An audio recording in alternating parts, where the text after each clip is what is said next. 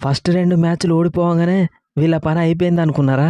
Next 3 మ్యాచ్లల్లో వరుసగా half సెంచరీలు కొట్టి టీంని హ్యాట్రిక్ కొట్టించిన ఈ సీజన్ కూడా మమ్మల్ని ప్లే ఆఫ్స్కి రాకుండా ఇవ్వలే ఆపలేరు.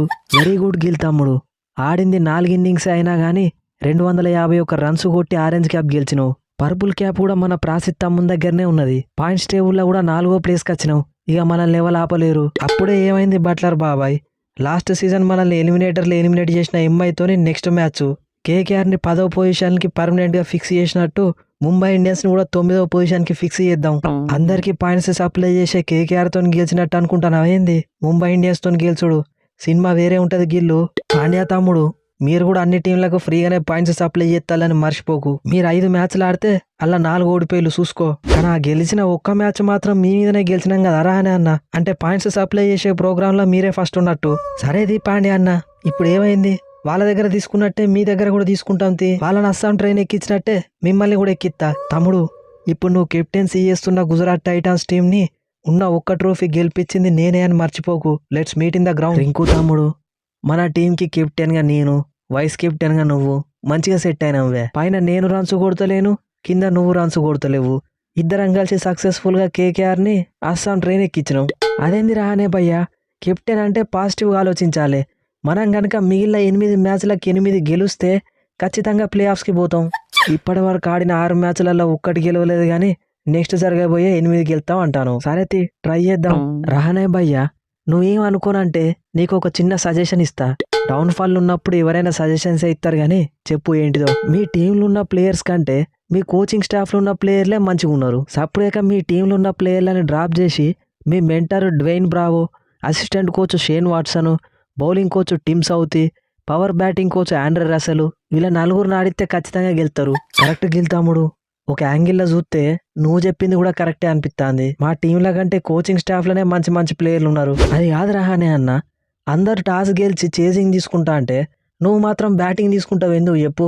అంటే ఇప్పుడు ఈ మ్యాచ్లో మనం చేజింగ్ తీసుకుంటే నువ్వు హాఫ్ సెంచరీ కొట్టి గెలిపించేటోను అంటావు. ఎట్లయినా ఓడిపోతాను. అదేదో చేజింగ్ తీసుకొని ఓడిపోతే అయిపోవు కదా అంటానా. ఎట్లయినా ఓడిపోతాను, కనీసం ఫస్ట్ బ్యాటింగ్ చేసి 200+ టోటల్ కొడతానన్నా గెలుతాం కావచ్చు అనుకున్నా. కానీ అది కూడా కాలే. ఏంది రానే భయ్యా ఇది? ఆడక ఒక్క మంచి ఇన్నింగ్స్ ఆడితే మ్యాచ్ మింగింది. 55 బాళ్లలో 79 రన్స్ కొట్టిన, 7 4లు 4 6లు. నాతో పాటు ఒక్కలో ఇద్దరు కరెక్ట్ బ్యాటింగ్ చేసినా గానీ మనం ఈ మ్యాచ్ గెలుస్తుండే. ఏం చేద్దాం గ్రీన్ తమ్ముడు, వేరేటోళ్ళు ఆడినప్పుడు నువ్వు ఆడినప్పుడు వేరేటోళ్ళు ఆడరు. మన టీం కెప్టెన్ వైస్ కెప్టెన్ మాత్రం ఎప్పుడు ఆడరు. సిరాజ్ మియా, ఏం బౌలింగ్ చేసినావు? 4 ఓవర్లకి 23 రన్స్ ఇచ్చి 2 పుల్లలు తీసినావు. అంతేకాకుండా 2 హై క్యాచెస్ని సింపుల్గా పట్టినావు. మరి ఎట్లుంటది మనతోని? 4 ఓవర్లు వేసి 5 ఎకనామీ రేట్తోని బౌలింగ్ చేసిన నెక్స్ట్ మ్యాచ్లో కూడా ఇదే రిపీట్ అవుతుంది. రబాడా బ్రో, ఒక 4 6 ఇస్తాను, ఏం బట్టే పుల్లది ఇస్తాను. నువ్వు 3 వికెట్లు తీయడం, సిరాజ్ 2 వికెట్లు తీయడం వల్లనే వాళ్ళ టోటల్ 200 దాటలే. ఫస్ట్ ఒక 4 ఇస్తా, తర్వాత ఇంకో 6 ఇస్తా. అప్పుడు వాళ్ళు ఏమనుకుంటారంటే ఈ రబాడాకు బౌలింగ్ అత్తలేదు, ఇంకో 4 6 కొడదాం అనుకుంటారు. ఎంబటే వాళ్ళ పుల్లది ఇస్తా. ఇదే నా స్ట్రాటజీ. Nice strategy. మీరు గిదే లెవెల్లో బౌలింగ్ ఎత్తే నెక్స్ట్ మ్యాచ్ ఎంఐతో కూడా మనమే గెలుతాం. రింకు తమ్ముడు, మన నెక్స్ట్ మ్యాచ్ ఎవరితో ఉన్నది? రాజస్థాన్ రాయల్స్తోని రహానే అన్న, నీ ఎక్స్ టీము. అమ్మాయి ఈ కష్టం పగోనికి కూడా రావద్దు. సరే ఇక నేను పోయిగా పిల్లగాడు వైభవ్ సూర్యవంశిని ఎట్లా అవుట్ చేయాలనో ప్లాన్ చేసుకుంటా. సో ఫ్రెండ్స్, ఈ స్పూఫ్ కనుక మీకు నచ్చితే మన ఛానల్ని సబ్స్క్రైబ్ చేసుకోవడం మర్చిపోకండి. వీడియోని లైక్ చేయండి. ఇవాళ శనివారం డబుల్ ధమాకా 2 మ్యాచెస్ ఉన్నాయి. మధ్యాహ్నం Royal Challengers Bengaluru versus Delhi Capitals, evening Sunrisers Hyderabad versus Chennai Super Kings. ఈ 2 మ్యాచెస్ని కలిపి ఒకటే స్పూఫ్ వీడియో అయితే చేసిన. దాని లింక్ కింద డిస్క్రిప్షన్లో ఉన్నది, ఖచ్చితంగా పోయి చూడండి. అట్లనే ఈ వీడియో కనుక నచ్చితే ఖచ్చితంగా వీడియోని లైక్ చేయండి. అట్లే మీ ఒపీనియన్ ఏందో కింద కామెంట్ సెక్షన్లో చెప్పండి. ఇక మ్యాచ్ గురించి మాట్లాడుకుంటే మళ్ళీ అదే జరిగింది, కొత్తగా ఏం లేదు. అనుకున్నట్టే గుజరాత్ టైటాన్స్ అయితే గెలిచింది. వాస్తవం చెప్పాలంటే కోల్కతా నైట్ రైడర్స్ వాళ్ళు ఈ మ్యాచ్లో క్యామరూన్ గ్రీన్ని డ్రాప్ చేస్తారని అనుకున్నా, బట్ చేయలేదు.